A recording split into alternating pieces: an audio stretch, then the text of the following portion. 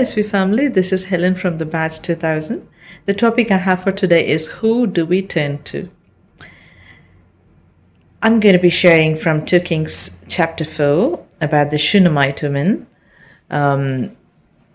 who ministered to Elisha and what happened to her son and how things transpired from there. So this lady, she tells her husband, I believe he's a man of God, and she wanted to put up a room for him. Back then, in those days, people of God would consult with God through servants of God or through men of God. So this lady wanted the dwelling of God in her vicinity, in her residence. So she put up a room for him where he could come and stay whenever he wanted. And Elisha did that. So in order to bless her for her kindness, he inquired and found out that she didn't have a child. And so he said, next year, by this time, you'll hold a child in your hands. And that was a blessing that she didn't expect. So she said, please, man of God, don't mislead your servant, because her husband was well advanced in years. But then, according to Elisha's words, she had a child the same time next year. And what happened next was the child was with the father one day when he was reaping, but he took ill. He was brought back home. He died on his mother's lap. That's the most tragic thing that can ever happen to a human being, because she didn't want a child. She didn't have hopes for a child, and then she gets a child, and then this child dies on her. So here she was in such a tragic position. But what she did next is unlike anything that you or I would do. What she did next was she didn't want anyone to come and interrupt her or stop her from receiving what she was keen on receiving. She didn't tell her husband. She didn't call him and say, the son died and we have to do something about it. Let's go see the man of God. What if he says no? What if he says don't disturb the man of God? Or what if he says, okay, that's it, nothing else is going to happen here? Instead, what she did was she took the child up to Elisha's room, laid him on Elisha's couch, and then she shut the door, sent for a donkey and the servant, and went to see Elisha.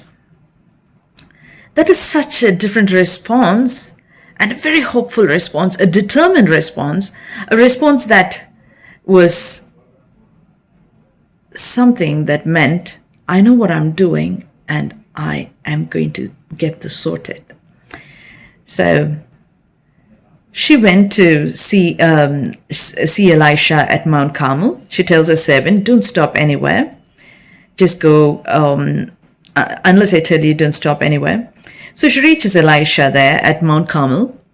And Elisha sees her and he's like, Gehazi, go find out her whereabouts, if everything is going well for her. And then she says, yeah, everything is all right. And then she goes to Elisha and she takes a hold of his feet. Gehazi tries to push her aside, but then Elisha says, no, leave her alone. She's in bitter distress. And the Lord has hidden it from me and has not told me why. The Lord was not going to ruin it for her either, because he knew what she wanted and how she wanted it. So she said, did I ask you for a son, my Lord? Didn't I tell you, don't raise my hopes? Elisha said to Gehazi, okay, now it's Elisha's turn. He understood that something is not well with the child. So he said, Gehazi, go ahead of me and put my staff on the boy's face. So Gehazi was on his way, but the boy was just as motionless as before.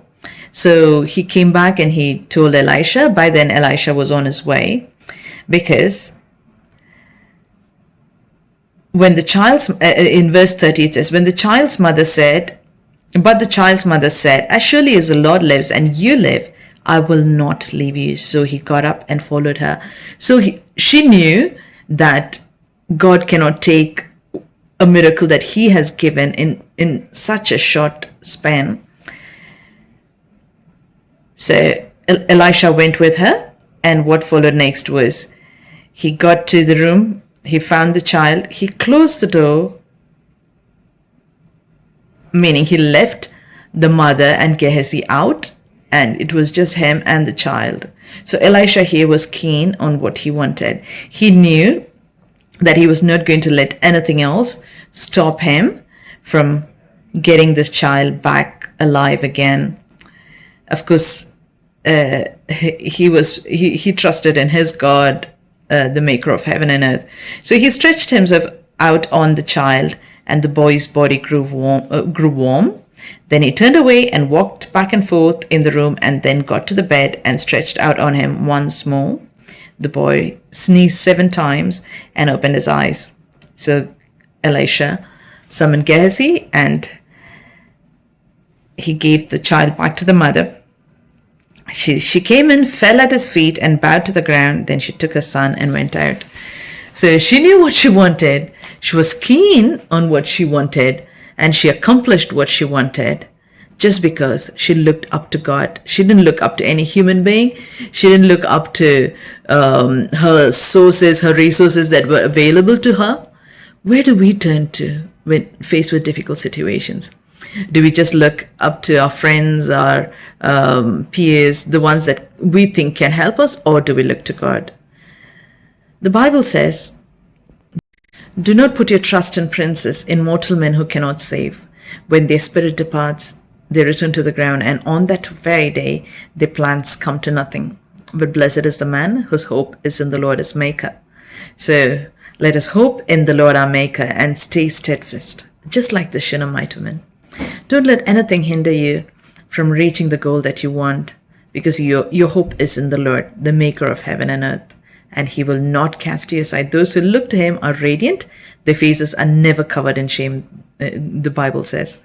So look up to God and wait for his beautiful miracle that is already granted, because Jesus said it is finished. He did it all on the cross. It is just up to us to receive it for ourselves. Thank you.